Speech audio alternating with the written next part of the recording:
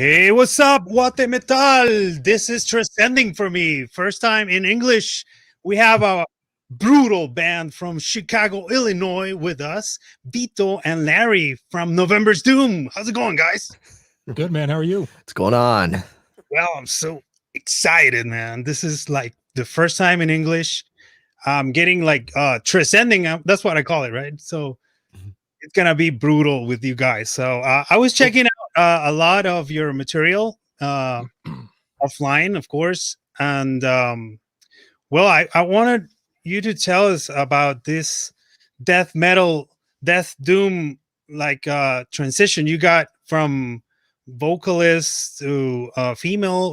Then there are a lot of past members, and wanted to talk about a little bit of your career since 1990. Is that correct?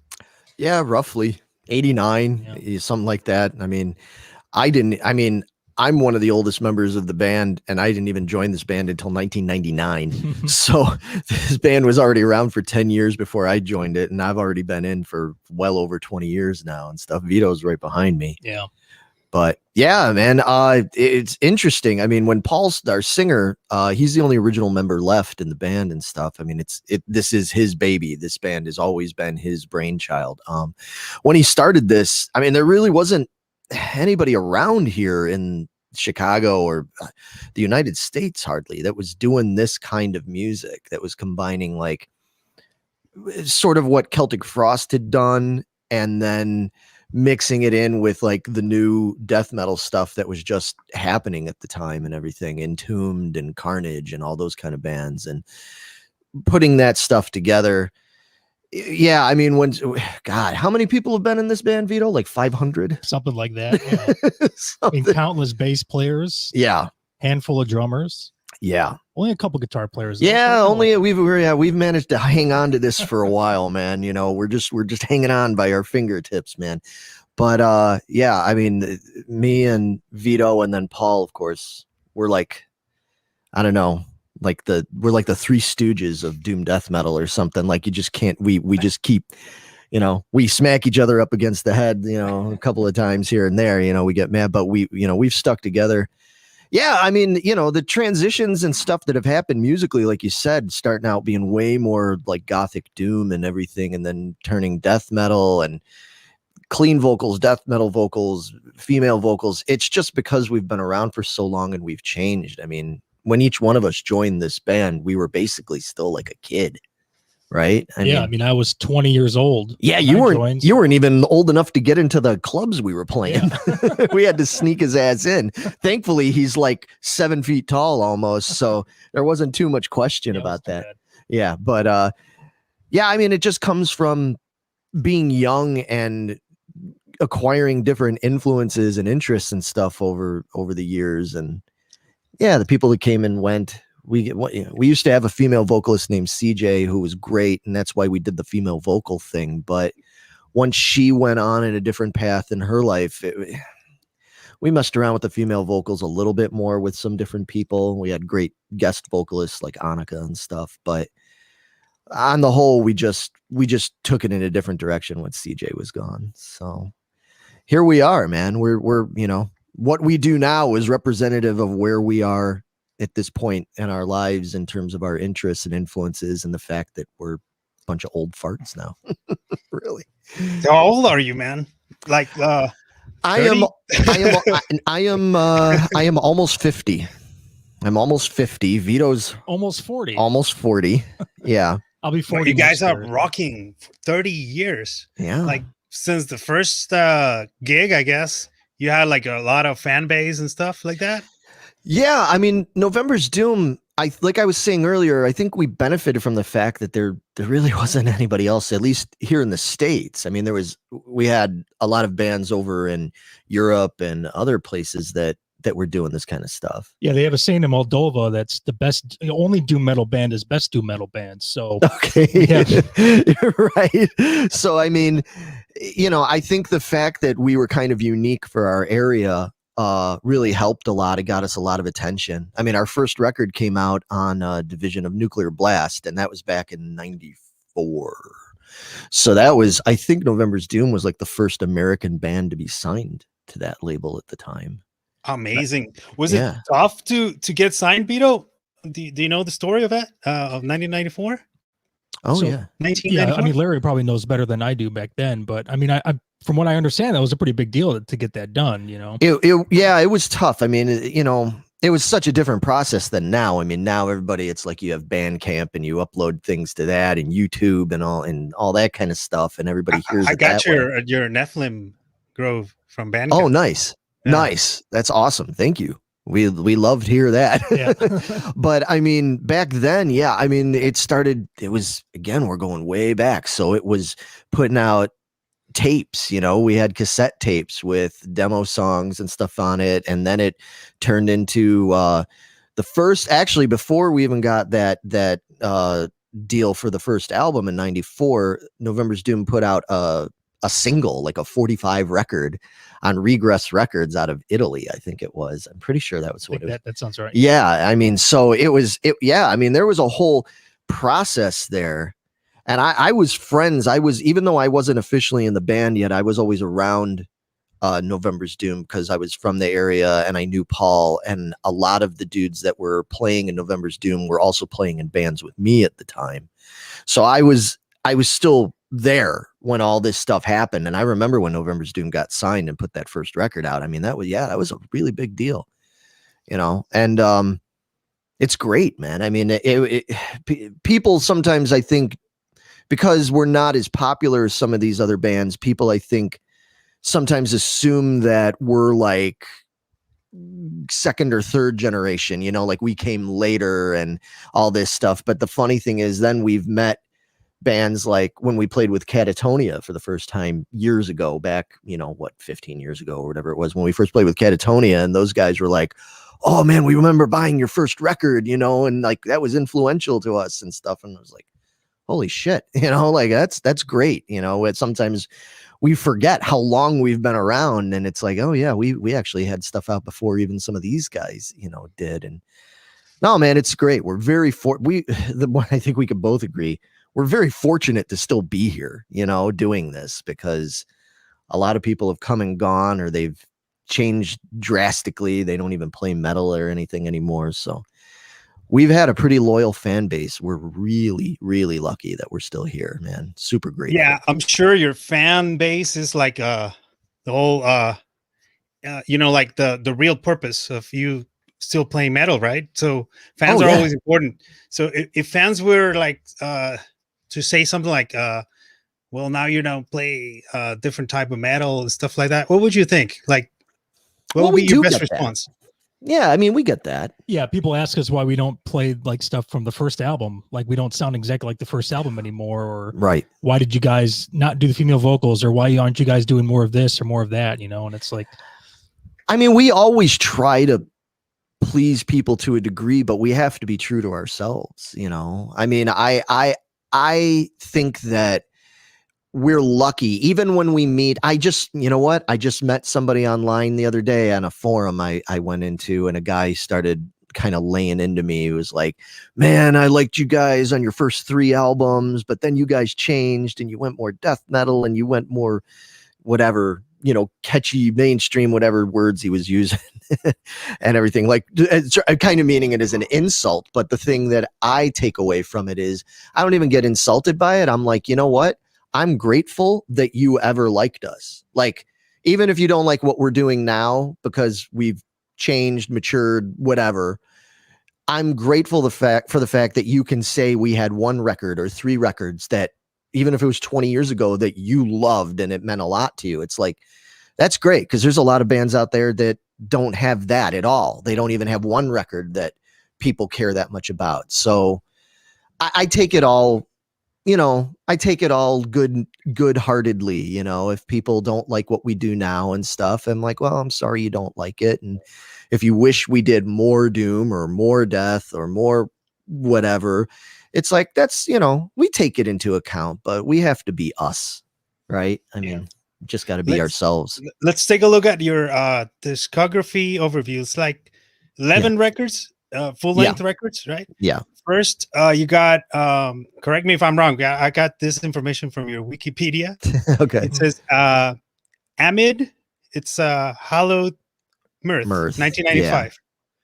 Yeah, yeah, I think it finally officially came out in like early 95, but it was signed and recorded and everything in 94. So it took things used to take a while back then.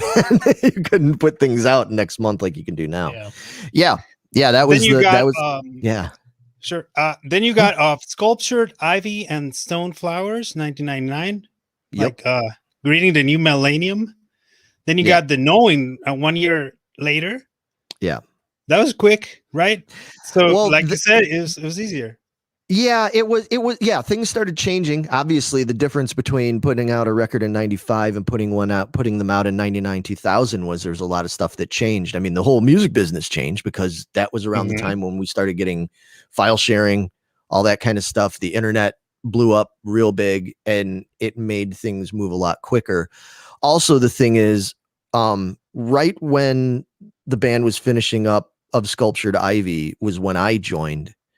And myself and Paul, with the other people that were in the band at the time, really sort of started to take this seriously. Not that the band didn't take it seriously the 4 or 5 years before that, but I think Paul had a hard time finding people that had the same vision as him and wanted to really come on, man, let's get it done. Let's really get out there and make something of this band. And when I got in there and our old bass player, Mary, at the time got in there and she was great and really gung ho about it. Eric, the old guitar player, everybody was like, yeah, full steam ahead. Let's go. And that's why you start seeing things picking up, you know what I mean? And there's, from then till now, I don't think we've ever really gone more than a couple years at most in between albums. I think 3 years is the most. Album. And that's long. Wow, that's brutal, guys. So I really appreciate you're telling us who were the bass players or the drummers. Like, you're saving me a lot of work here.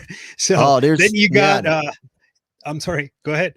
No, go ahead. Yeah. There's been a lot of people in and out. Then you got To Welcome the Fade in 2002. Right. That was probably our biggest breakthrough with that album. We got a lot of attention when that album came out, and that's when I heard the band. Yeah, actually, I heard the band from The Knowing, but To Welcome the Fade made me like a huge fan of the band. Right, and it just happened that when we were putting out To Welcome the Fade was when our guitar player Eric decided he got out of the music business entirely, started a family, just went on a completely different route, and that's when we found Vito, which was the best thing that could happen to us because he was so focused and eager and energetic, and he was like, I don't care about families, I don't care about jobs, I don't care about any of that shit. Like, let's do it. Let's do this, because you were kind of a fan. Yeah, it's funny because I was a big fan of November's Doom, and then all of a sudden, Paul, the singer, messaged me on AOL. He goes, "Hey, we're auditioning a guitar player. Would you like to come down and audition?" And I thought it was a joke at first. I was like, "What?" Yeah, I'll definitely come down and audition, man. No, and we tried out a bunch of different people, and Vito, like right away, it was we just knew, and you clicked so well at the time, and it was good timing because, like I was saying, To Welcome the Fade was our big breakout album. We recorded that album with a big producer, Neil Kernan, who's done Queensryche, Dokken, Judas Priest, Macabre, like Cannibal Corpse. Like, I mean, he's, we were taking that next big leap up with that album. And thankfully we got Vito at that time because, again, he was so locked in with us in terms of like, let's really take this band to the next level. So that's where we were with that one. Yeah, I see Vito is really active and, like doing a lot of publishing and stuff like that. That is amazing, Vito. Thanks, man. Really, you work with a publisher, is that correct? I have a publishing company that does guitar tab sheet music books for other bands as well. November's Doom is the main one that we do, but trying to branch out and do other bands as well. Right. Well, that's amazing. I wish I could get a grab of those. I like to play a little guitar, Oh, okay. Yeah, we'll work. We'll have to talk. We'll hook them up. Yeah. Cool. Another thing I like is the patches you got. I think it was when you released the most recent album. Yeah. Well, let's continue with the overview because it's there's not much time, right? Right. Your Yeah. fans are gonna get like, what is this guy saying, or something. No, Like it's, that. So it's then you fine. got another album in 2005, right? Yeah. And that was, the Pale Haunt Departure. And that was the one that really kicked the door open, so to speak. I mean, To Welcome the Fade was like the thing that got us in magazines and all in that magazines and noticed and everything. But Like because which of this, magazine? oh man, all of them. I mean, literally all of them. We were on the covers of magazines stuff. Maniacs. for Metal. Yeah, remember old Metal Maniacs magazine? We were in Terrorizer and Kerrang, and I mean, gosh, everything. We were in Hit Parader, for crying out loud. We were, we started getting a lot of attention, and that was the album. We ended up signing with The End Records, which was at the time, a pretty hot label. They had The Gathering, and they had Agalock and Green Carnation. They had like all these like really cool bands that we fit in really nicely with. And because of that, I mean, we got on MTV, we had music videos on music television, and we had TV commercials. Yeah, that was Pale Haunt Departure was when everything really changed for us. We got our first like major European distribution, which helped us get to Europe to tour for the first time. Like That's right. Yeah. No, it was because it was before the next album even came out. We did our first big tour in Europe. Yeah, we were there for almost a month, and Is that when you recorded the DVD? The DVD came after later the novella Reservoir, which was the next album. Right. Yeah, we did. It was on the tour for that we did the novella Vassalaar, the one we recorded in Belgium. And that was great, man. That whole period in time between like 2005 and like 2011, we were just nonstop busy. It was like record, tour, play festivals, make videos, record, tour, like we were really, really busy and everything. It was a great time. It was a busy time. Tiring. At this point, you were still with the same producer, right? No, we moved on. At that point was when we got involved with Dan Swano, and we still work with Dan Swano now. You might know, I mean, Dan Swano, he's a legend, especially in our scene and everything. People know him from Edge of Sanity and Nightingale and all these bands. In Bloodbath, he produced Catatonia. He produced Opeth, Hypocrisy, all kinds of artists like that. We had known casually Dan Swano for years, Paul and I going all the way back now. Before the first album, we used to talk to people like Dan, trading tapes through the mail, like writing letters to each other and stuff. And, we remained friendly with him, and he was retired pretty much from recording bands. And we are actually the ones that dragged him back into the metal scene, like recording bands and stuff. We were like, man, we know you can do this. And wow, what a difference. I mean, and that's why ever since then, we've worked nonstop with Dan Swano. I mean, he's done every album from Pale Haunt Departure on through Nephilim Grove. Yeah. And it's a great partnership with him, man. He really understands us. And I think it helps that we're old friends. We're very lucky. Awesome. So it seemed like, like Beatles said, it's like 2 years apart from every full length. So then you got into Night's Requiem, Inferno. Yeah. 2009.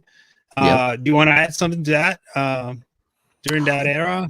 Yeah, that was well, we loved that album, but it was kind of transitional for us. We'd lost our drummer, Joe, who had been with us for quite a long time. He'd been, at that point, it was 10 years. Yeah, just about 10 years. And it was a shame that because he was, a great, great friend, a brother, but again, moving on different paths in life and everything.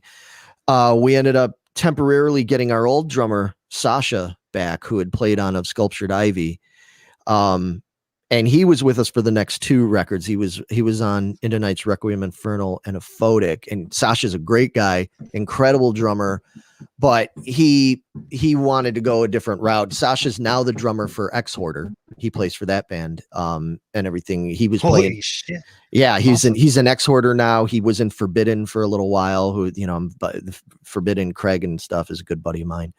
And yeah, we went, you know, that was amicable. Like, that's the night. I'll tell you, let me interject real quick. That's the nice thing about it, is that most of the people who have come and gone out of this band, we're friends with them. Like, it's always been like, we've never had like big crazy, like, I'm gonna kill you, you know, kind of situations with people when they've left, or, you know, whatever happened. Like, we're still friends with, you know, we're friends with Sasha, friends with Joe, we're friends with Mary, Eric, everybody, Mike, like all these different people. We're still friends with them because, you know, they're always like family and brethren to us and stuff. So yeah, that was an interesting time. Into Night's Requiem, Infernal. That's kind of what I always think of, was like transitioning before we got to the lineup we've had now for the last 10 years. Right. Yeah. And that's like 50-50, I think, with fans. Either they like that album or they don't like that album. That's true. Yeah. And yeah, Into Night's Requiem, Infernal. It's like people are either like, oh, that's my favorite record of yours or whatever. Or people are like, man, I did not get into that record at all. And it's like, okay, yeah, that's fine. I kind of feel the same way, to be honest with you. I have a question there. Yeah. How did you get Sasha back? I mean, like, how do you tell a guy, hey man, come back? Well, you know what it was the thing with Sasha is he's the kind of musician, I mean, just like now, you know, I think he's found a good home now with Exhorder. I mean, because that was one of his favorite bands. So, you know, he was honored to join that band and he fits in perfectly.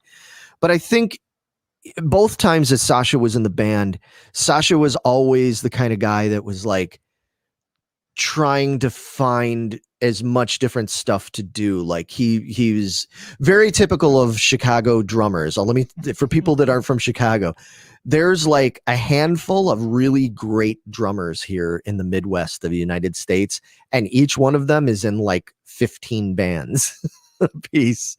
Even our drummer, Gary. Yeah, our drummer now, Gary, he's in like 10 bands. You got to pay the bills, right?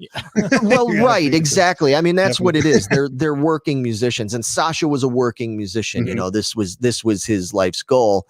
And even though November's Doom was pretty busy at the time, it was still one of those things where opportunities would come up and he'd be like, you know, I got to go do this. I got to try this. And when I was one of the people that encouraged him to go for the Forbidden gig when he got in with that band.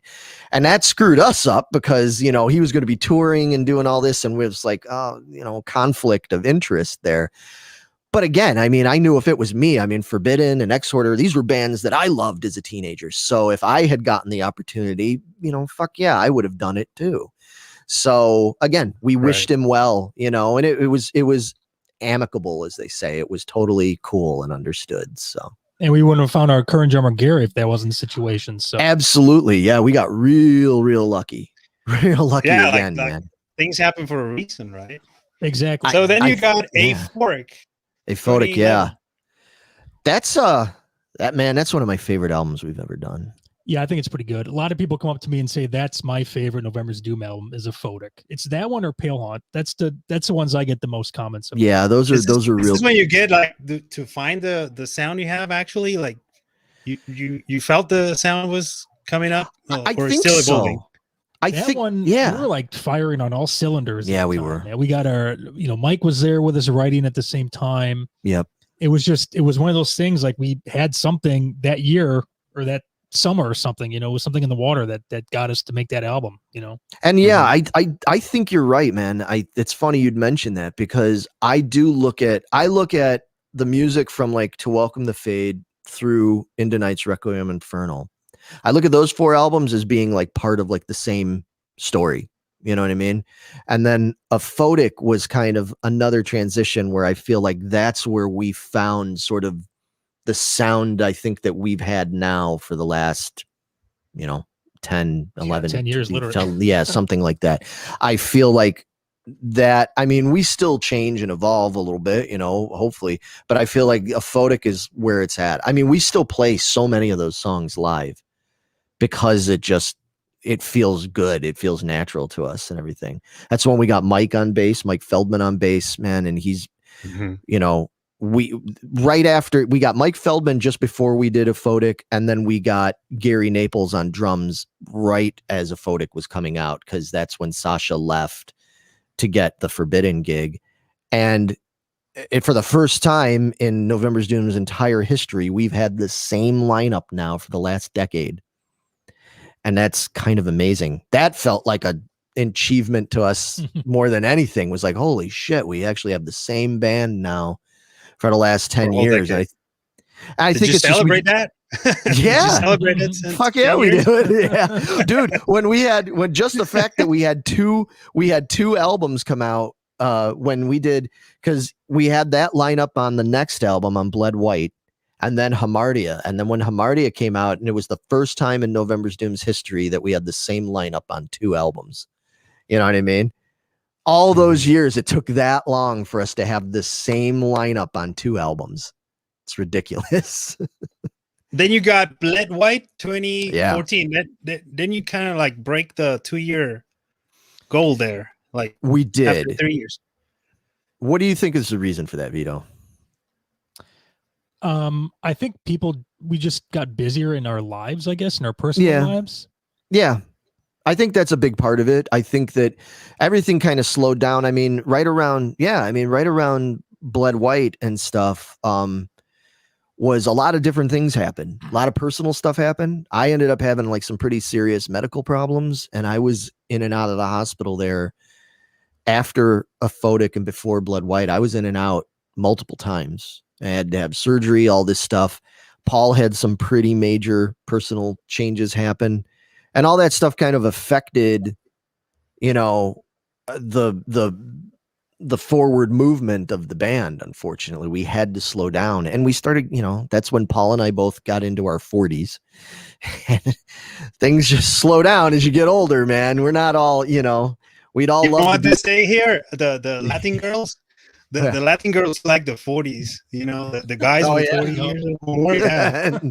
We're more mature now, you know, that's what they say. Yeah, some girls are crazy though. I'm not even going to comment on that. I'll leave that up to you to say. I think it just, things just slowed down. Plus another thing, I think European distribution, I think, slowed down a little bit as well. Well, everything slowed down. And I think that we also found ourselves wanting to take a little bit more time with songwriting, because not that it's harder to write music now than it was 10 years ago. Finding perfection, right? Like, yeah, I think I know what you mean. Right. Yeah, I think we started getting more perfectionist. You know, I know, like, you used to like crank out music, like, wait, you know, you'd have a lot more music, and then it was right around that time that you started getting a little bit more picky about what you thought worked and everything. And yeah, and then stuff that I didn't think worked, you're like, dude, we're using that like right now. And I was like, what, really? Yeah. Yeah. That's why I'm always yelling at you. I'm like, just play me whatever you have, you know, stop judging it before I hear it, you know. But yeah, I think when you guys, like, as a band, go like in a lot of trouble or personal situations like that, like that are really uncomfortable for the other band members, like, like that kind of bond you, like, as a band, like, did it work for you to do a next record, like in this case?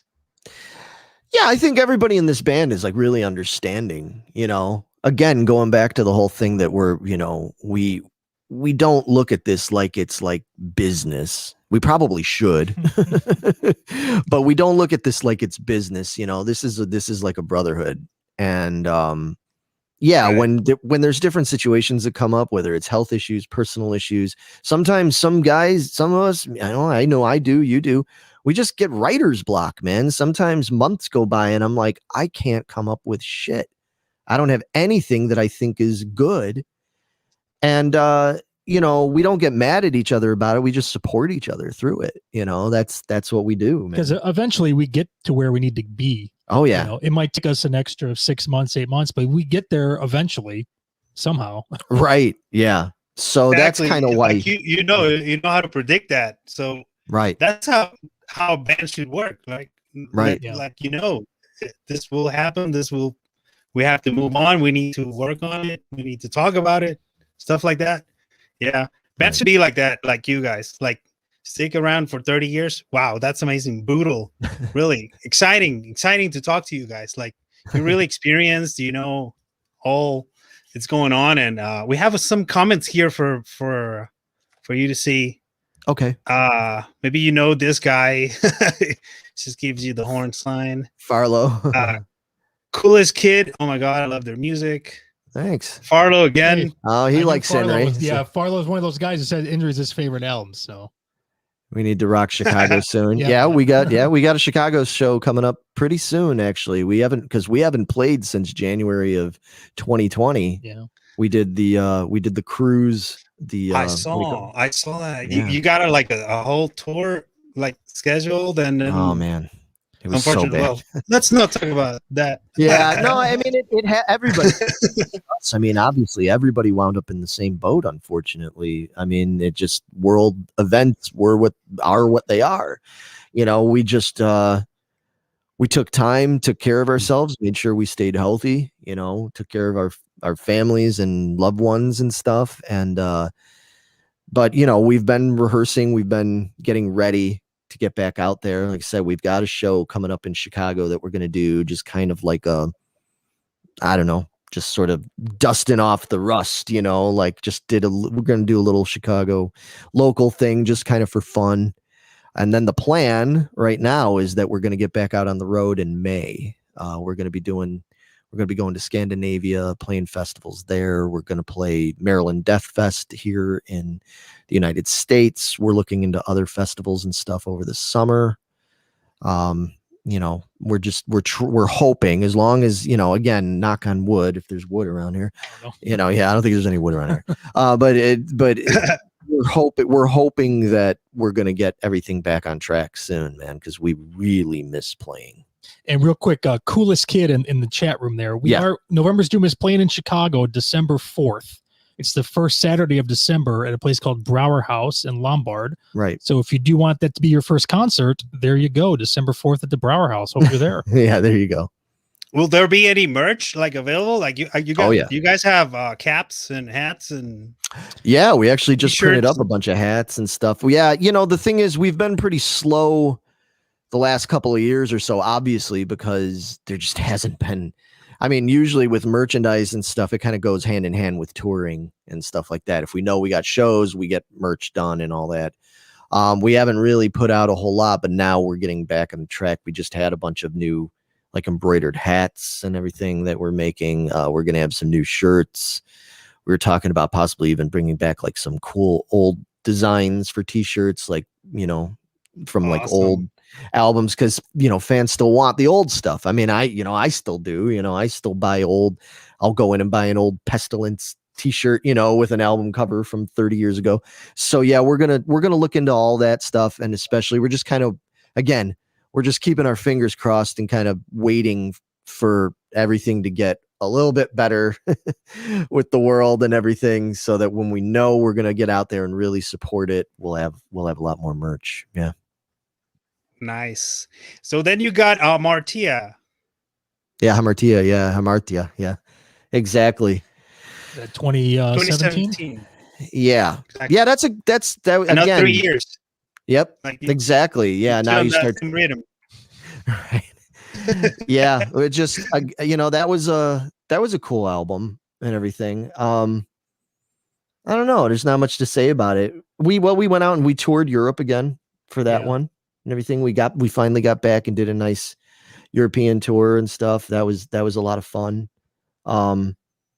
But so the thing that happened around the time of Hamartia was we ended up finally leaving the End Records. We'd been with them since the Pale Haunt departure, and the label essentially kind of didn't exist anymore, really. I don't know what happened there. We you know, it was nothing malicious, it was nothing bad. It, you know, it was just it was time, you know, for them and for us.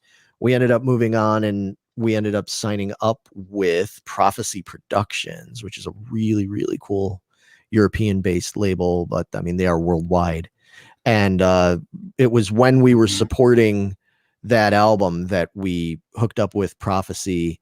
They showed interest in us and everything. And we played one of their festivals that they have in New York, and that kind of solidified the deal that they wanted to work with us. We wanted to work with them. So. Yeah, because they had a bunch of really cool bands on that they worked with and stuff that we really liked. And so then that's kind of like the reason why, again, that maybe not as much happened at the time, but it was because we were transitioning to this new label.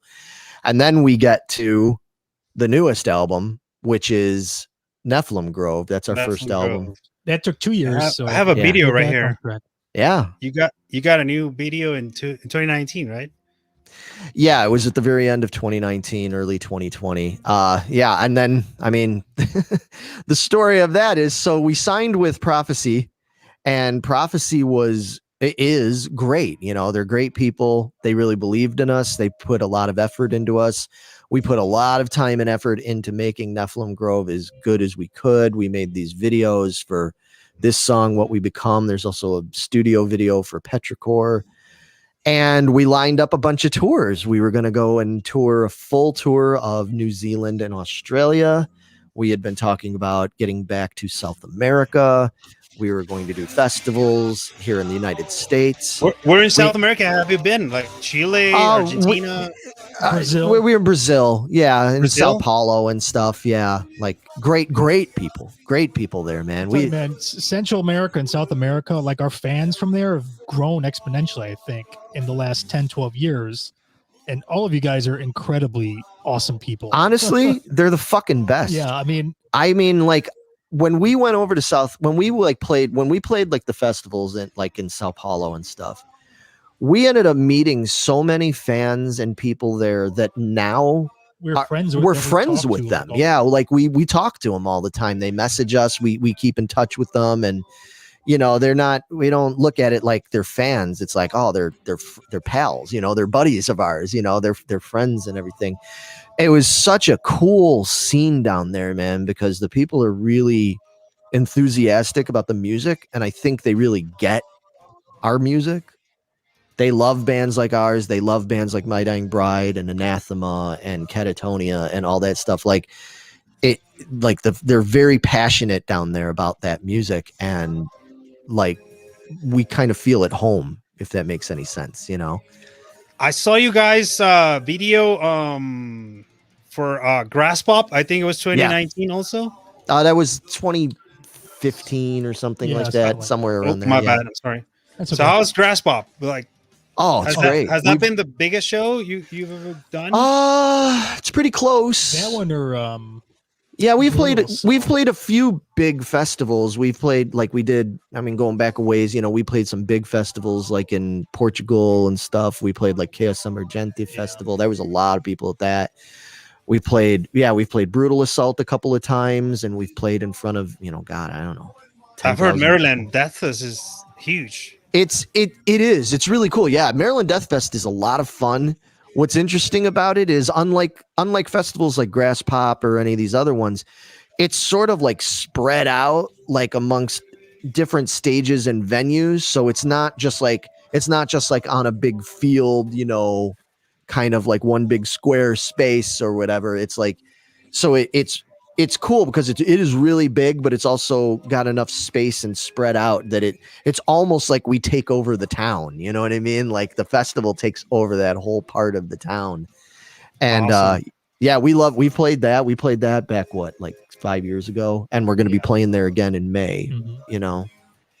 But yeah, I mean, those are big. Yeah, I mean, that's the biggest crowds we've played to, obviously, are when we do these festivals. Grass Pop, man, yeah, we've played in front of a lot of thousands and thousands of people.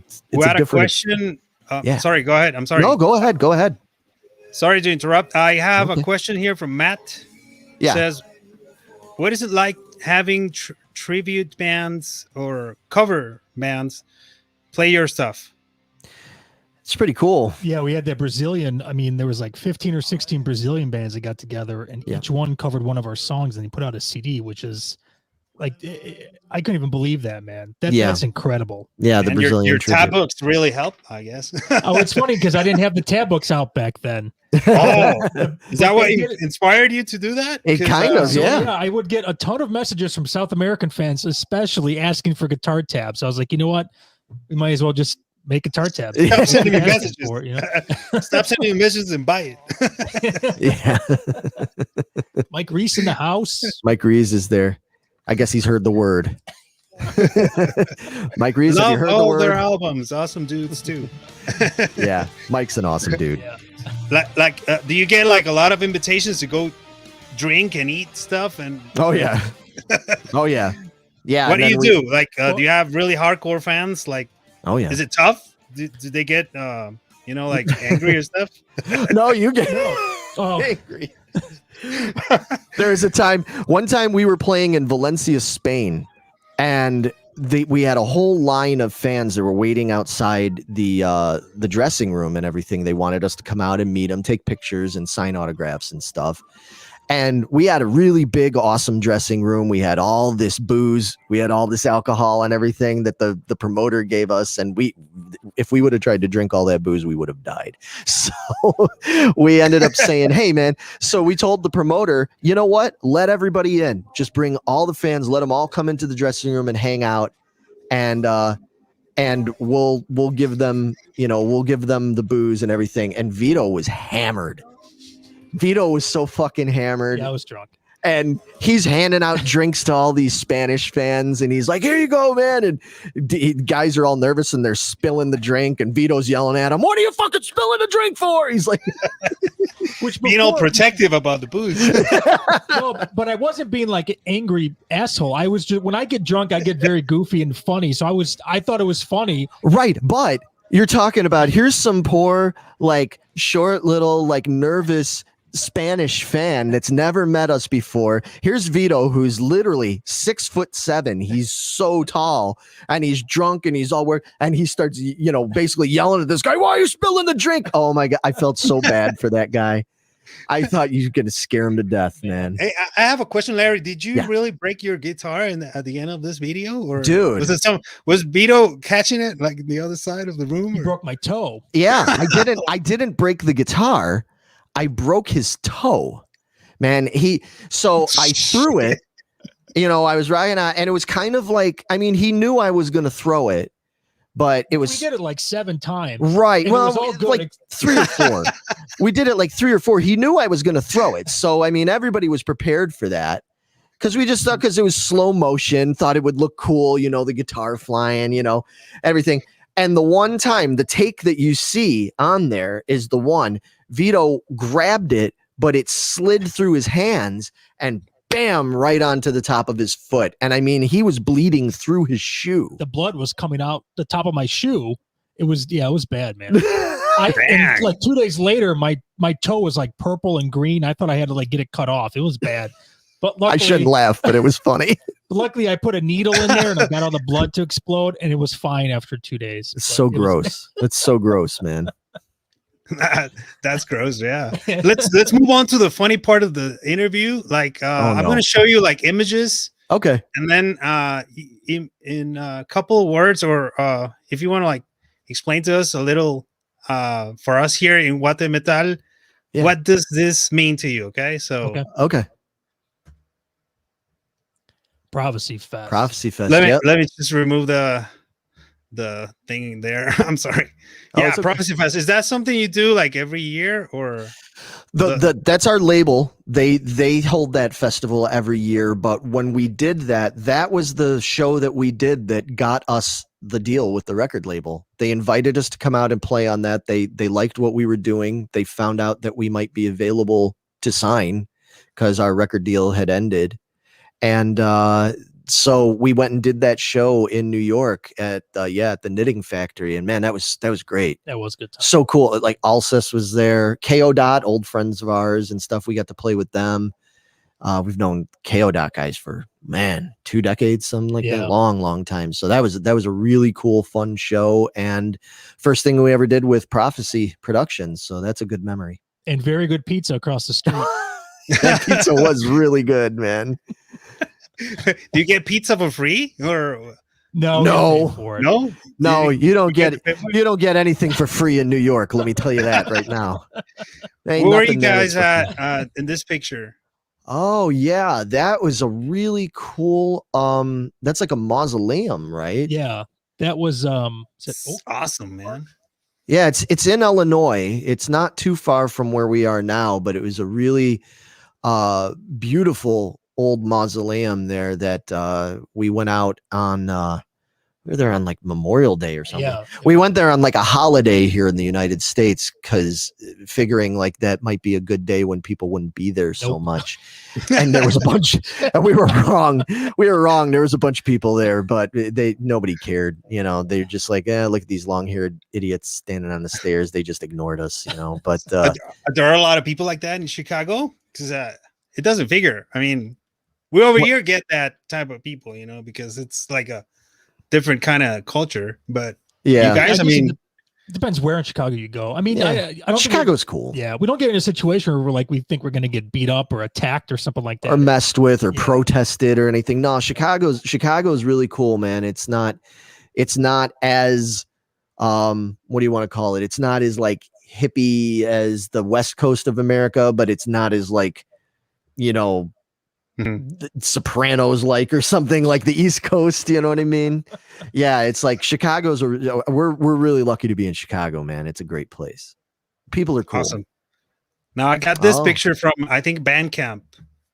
Is this Yes, how you that- present your new CD, or is this Yeah. limited one of the edition? versions. Yeah, so the great thing about Prophecy, the label we're on, is they do multiple variations of releases. So this is a 2 CD booklet. So in that book is pictures, handwritten letters, I believe, Yeah, and a bunch lyrics. of lyrics and all that. And that's just one variation. Then there's a huge box set with the vinyl, with posters and all that stuff. Yeah, the Prophecy Productions is great, man. Like with merchandise, man. They're all about like, hey, let's come up with as much cool merchandise as we can. You know, they don't want to just put out like the same old boring stuff. And that's great because we're so into that, you know, because also, especially for like people like me and Paul, we're collectors. Like we collect records. I collect tons of vinyl records and stuff. I like, you know, variations. I like stuff that's different like that. So I got real excited when Prophecy said they wanted to do something like that. That's a lot of fun. Couple more questions from your fan base. It says, coolest kid for the concert in Brower House. What is the age limit? I'm not sure. Some free beer? I don't know about free beer. Hey, you know what? If you're old enough, coolest kid, you can get free beer. But if I'm you just ain't kidding. old I enough, added that last part. yeah. Oh, okay. Okay. Yeah. No, I mean, Coolest kid wants beer, right? yeah. Anybody, if he's that cool, of course he wants beer. I mean, but I'm not sure if you go on Facebook and you go to our official page on Facebook, November's Doom 1989, I think it is. Yeah. There is a bunch of information about the show, and you can contact the club, and you can pre-order your tickets and all that kind of stuff like a regular concert, and they'll let you know. Most places like that, I think, do allow at least for it to be like 17 and older or something like that. You know, you just wouldn't be able to drink, but Yeah. you know, you don't need booze. They You can, got they to can mosh. They can mosh instead of drinking. exactly. Yeah, exactly. Bang their heads or Right. you Exactly. know, score. Okay, so let's talk about our new segment here in the interviews. We're gonna continue doing interviews. So everybody who's watching this channel, hope you guys like this. Like it's kind of funny. So let's take a little breath here. Let's move on.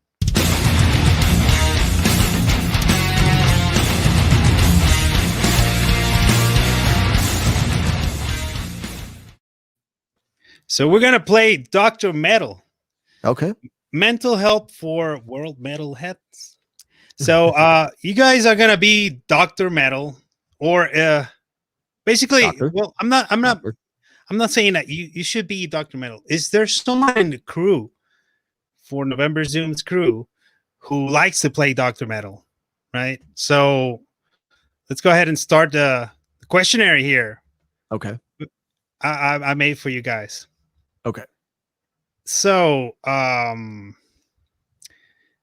is there a Dr. Metal in November's Doom crew? If there is, what do you think he or she would prescribe? Thanks, Doctor. I would The say, patient, go ahead. I'm yeah. sorry. No, go ahead. The patient is. No, I was just gonna Wow. Oh, jump it's the to- next one. Okay. to the next Well, one, but like, Yeah, let's answer the first one. So I think if anybody is a doctor in this band, it's probably me, because I have the most experience. I in have the most hospitals. experience. Like, I know the names of all the, I know all the actual names of like medications and stuff, because I've had to take so Is many. it of them. natural medications or chemicals? Yeah. Chemicals? What would I prescribe? I would prescribe a healthy dose of some Xanax, and maybe, like, I would say, like, take some Xanax and then maybe like sip on a gin and tonic and try not to die in your sleep. But That's what I would Larry, say. Larry, I was just talking about like Dr. Metal in a metaphor way. No, I'm not. I'm dead serious, man. I'm telling you. Larry like, does not speak in Are you questioning the doctor? for that? Are you taking? Yeah. Are you questioning? Well, Are you questioning my authority I'm to actually try prescribe your this? prescription, doctor? No, I'm just kidding. The patient asks Dr. Metal, "What brand of strings do I need for my electric guitar to sound brutal like November's Doom?" Thanks, doctor. I will pass this on to my associate. Well, of course, you need a Diodario 14 to 68 gauge string. I don't know. I associate doctor. I think I'm going to have to argue You have a that. second opinion here? Yeah. We have the Dario right here in Guatemala. That's odd. That's Yeah, odd. no, but I would go, if I were going to do Diodario, I would say go for the 13 to 62 gauge. The point is, you're gonna want heavy strings. You want heavy strings, yes. Yeah. The heavier the better, because we tune so low, and a lot of bands that tune down low, they don't necessarily use that heavy string, on their guitar, but I don't know, that ain't our sound, man. Like, we need the sound to be heavy but clear, big tight metal strings that you whip a motherfucker with, That's Next question from the patient to the doctor. The patient asks, "What is the best Nephilim Grove track, the best for nice brain exercise for me to headbang?" Thanks, doctor. Doctor? To headbang to the witness marks. Yeah. Nice and steady. Steady headbanging. Yep. See, that's already. Yep. We're headbanging. Keeps, yeah. We're just doing it, even talking about it. See, it's now whether or not that's actually good for your brain or not is, that's opinions. That's good neurologist. Yeah. Paul is on the chat. Oh boy. Here we go. Dr. Vito, he says, yep. Dr. Beetle. Paul is here. So I guess he trusts Paul. I mean, the Dr. Metal trusts Paul. What happened to Paul? Why isn't he with us today? Because he's a fucking slacker. Yeah. Because we told him about he it wanted to be in multiple the chat. Yeah, he's like, fuck this. I'm going to sit at home and, I can play video games while I listen to these two assholes talk about it and everything, Fucking, we know how it is, Paul. Okay, last question from the patient. The patient asks, "Could you please give some pro tips on how to get more streams nowadays?" Thanks, doctor. Wear a bikini in a hot tub. Unless you look like us, in which case that would completely backfire on you. Well, I mean, like you're Vito, Dr. Vito here is the one that is the expert in the internet and using social media and stuff. You do your stuff on Twitch, right? The multitasker, Like I said, right? Yeah, Right. the Twitch thing, wear a bikini in a hot tub, dude. You'll get multiple streams. Please don't not doing anything. please don't wear a bikini on your Twitch channel, because nobody wants to. Yeah, the trick with more streams, I think, is you just got to be consistent Yeah. every day, which is very, very difficult to do, because you got to think of something new to kind of attract somebody's attention to look at your stuff. Because nowadays, everybody has a band and everybody has a Spotify link with their music that they want you to listen to. So it's kind of hard to think of a way to not trick somebody, but to kind of get them to nonchalantly just check out your stuff. Be consistent and be consistently good. Like, don't put out garbage. Sometimes there's people that I see, they put out a lot of stuff all the time, and some of it I'm like, you probably could have spent a little more time working on that rather than just having to constantly put content out. I think it's a good balance between making good content and putting it out often. And that's probably the way you would get more bang for your buck with that. You would get to get signed and play in Europe, right? Yeah, you never know. It happens. We have a question. Hey, docs, I know you guys are Seymour Duncan fans. Can you recommend some pedals? Yeah, both Vito and I are. We endorse Seymour Duncan, and I have for a long. I've been involved with Seymour Duncan for a long time. They're an incredible company. Yeah, luckily Larry brought me on board a few years ago. So. I converted him over and everything. And Seymour Duncan's great. Yeah, I mean, man, so many good pedals. Well, I mean, like right now, the main pedal I'm using for like live shows and stuff is they came out with a pedal called the Diamond Head Distortion. And it's great. It sounds good with solid state. Is that the camouflaged one with the? I think I'm confusing, but yeah, it's kind of camouflage with a dime bag on it. No. That's a dime bag. This is Diamond Head. This is more like sorry. Yeah, it's okay. It's a really cool two-stage like pedal. It's got a built-in boost. It's got distortion. It's kind of modeled to be sort of like old school 80s speed metal, thrash, new wave of British heavy metal type distortion tones out of it, which I like. I prefer those kind of like distortion tones for what we do, even though I know a lot of death metal bands would go for something that's way more gnarly sounding, you know what I mean? Like, yeah, like they want, and I think it works better with the heavy strings, like we were talking about, with just like a good old school souped up Marshall amp kind of like sound. You get like this really thick but clear sound. So that I highly recommend the Diamond Head pedal from Seymour Duncan. If you were looking for something cool, that's a really good one. Of course, the 805 overdrive pedal always works great in front of a tube amp. Yeah, you use that even sometimes with I think you've even used that with other stuff even. Oh yeah. Yeah. The 805 and the Diamond Head. I mean, you could basically just have those in a power amp and man, you got a really good sound. Yeah. So good question. Next question. Can you name all the members of your very first band? I can. Yeah. My my very first band I was ever in when I was 13 years old was called Black Diamond because we were all Kiss fans. And it was me, Steve Crumpetich on vocals, George Arona on guitar, Dave Hansen on bass, and Rob Ellman on drums. They were my buds, man. They still are. And you know what? Guys like Steve, the singer in my very first band, I still go out and I play gigs with him now and then, like playing covers, doing like Alice in Chains and shit like that. Like, yeah. Totally. That's why I do this, why I play music, man. I love making music and I love the brotherhood of it. Awesome. Coolest Kid again. I'm going to have to go to future concert. I'm not old enough to go to this one. Well, sorry, Coolest Kid. There'll be more. Yeah, there will be more. This show is just, like I said, it's just our sort of like dipping our toe back in the water kind of thing because it's been a long time. It's been almost 2 years since we played a show, and that's a long ass time. So we're doing that show to kind of get ourselves back in fighting mode, so to speak. But we're going to have a whole bunch of shows in 2022. So hopefully make one of those.